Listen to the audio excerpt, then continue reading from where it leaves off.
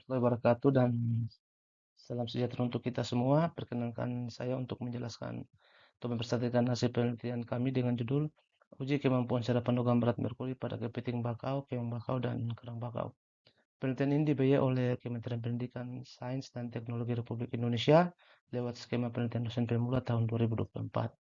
Adapun ketua tim peneliti saya sendiri Irsan, anggota tim peneliti yang pertama Saifuddin Koto, yang kedua Siti Nur Aisyah. Kami berasal dari Universitas Ikrabur. Latar belakang penelitian, limbah merkuri terakumulasi pada biota yang banyak dikonsumsi masyarakat, seperti kepiting bakau, keong bakau, dan kerang bakau. Banyak riset yang telah dilakukan terkait konsentrasi merkuri pada ketiga biota ini, namun sampai saat ini belum melakukan uji kemampuan serapan logam merkuri pada ketiga biota ini di laboratorium. Untuk itu, lewat penelitian ini kami mencoba melakukan eksperimen terkait kemampuan serapan logam merkuri pada kepiting bakau, keong bakau, dan kerang bakau di laboratorium dengan harapan dapat diketahui biota yang memiliki kemampuan serapan logam berat merkuri terbaik sehingga dapat digunakan sebagai indikator pencemaran logam berat merkuri di perairan maupun untuk kepentingan beremediasi.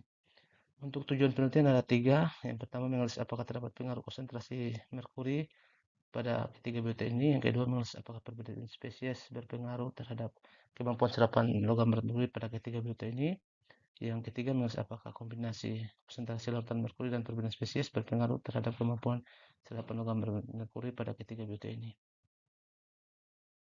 Untuk berikutnya kebaruan penelitian, beberapa penelitian terbaru yang berhubungan dengan penelitian lakukannya itu ada 5 riset terdahulu. Yang pertama, hasil DKK 2020, Mari et al. 2001, Irsan DKK 2020, Irsan DKK 2023, dan Saman DKK 2014. Kesimpulan dari hasil riset terdahulu ialah sudah dilakukan analisis konsentrasi merkuri pada kepiting bakau, keong bakau, dan kerang bakau, namun belum melakukan kemampuan uji serapan kemampuan merkuri di laboratorium untuk ketiga biota ini.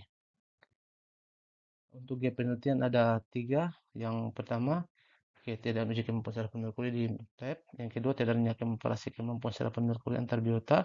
Yang ketiga, lingkungan analisis terbatas pada faktor lingkungan. Untuk kebaruan penelitian, yang pertama, eksperimen laboratorium untuk uji kemampuan serapan merkuri. Yang kedua, perbedaan antar biota. Yang ketiga, kontribusi pada pemandu remediasi. Yang keempat, pendekatan multi biota. Untuk hasil analisis penelitian, yang pertama analisis konsentrasi merkuri pada sampel. Untuk hasil sebelum perlakuan, air laut tidak terkonsentrasi atau media pemeliharaan. Untuk biota terkonsentrasi dengan nilai 3,295 sampai 6,97 mg per kilogram. Sementara untuk hasil analisis konsentrasi merkuri pada air laut di hari pertama dan kedua setelah perlakuan, itu seluruh perlakuan terdeteksi kecuali A0 atau kontrol. Dengan perlakuan A3 melakukan perlakuan dengan konsentrasi tertinggi di air laut. Untuk hasil analisis logam berat merkuri pada sampel biota, itu kepiting bakau, kerang bakau, dan kerang bakau, terlihat bahwa spesies akumulasi tertinggi itu terletak atau terdapat pada biota kerang bakau di hari pengamatan pertama dan kedua. Di situ spesies keong bakau dan kepiting bakau dengan kemampuan akumulasi terendah. Visualisasi ini dapat dilihat pada gambar. Yang berikutnya tuh uji normalitas, uji betul dan uji Duncan.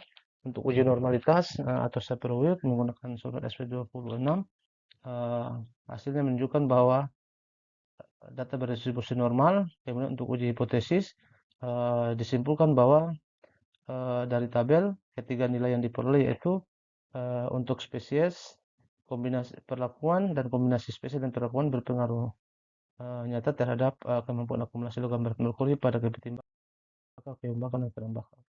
Untuk uji Duncan itu menggunakan software SP26, di mana uji ini dilakukan untuk menentukan kelompok rata-rata yang berbeda secara signifikan setelah analisis ANOVA dilakukan. Kesimpulan yang diambil berdasarkan hasil analisis adalah perlakuan untuk konsentrasi A2 5 ppm tidak berbanding nyata dengan konsentrasi A3 10 ppm, dan kedua perlakuan merupakan perlakuan yang akumulasi merkuri tertinggi pada sampel. Yang selanjutnya, bahwa kerang bakau ini memiliki kemampuan akumulasi merkuri yang lebih tinggi dibandingkan spesies yang lain, sedangkan keong bakau memiliki akumulasi merkuri yang lebih tinggi dibandingkan kepiting bakau. Ini merupakan visualisasi hasil analisis. Untuk hasil luaran penelitian, yang pertama luaran utama yaitu publikasi artikel pada Jurnal Nasional Uji Artikel Index tingkat 3. Statusnya saat ini masih dalam tahap perbaikan. Yang kedua luaran tambahan. Untuk luaran tambahan yaitu buku referensi yang statusnya saat ini masih dalam tahap pengusulan ISBN. Ini merupakan cover buku yang kami buat dari hasil riset, di mana termuat berbagai tulisan dari hasil riset yang telah kami peroleh. Adapun judul buku yang kami tulis yaitu Logam Berat Merkuri, penggunanya pada pertambangan emas skala kecil dan dampaknya terhadap perubahan lingkungan. Demikian yang dapat saya sampaikan dari hasil penelitian kami. Lebih kurangnya saya mohon maaf. Wassalamualaikum warahmatullahi wabarakatuh dan semoga bermanfaat bagi kita semua. Amin.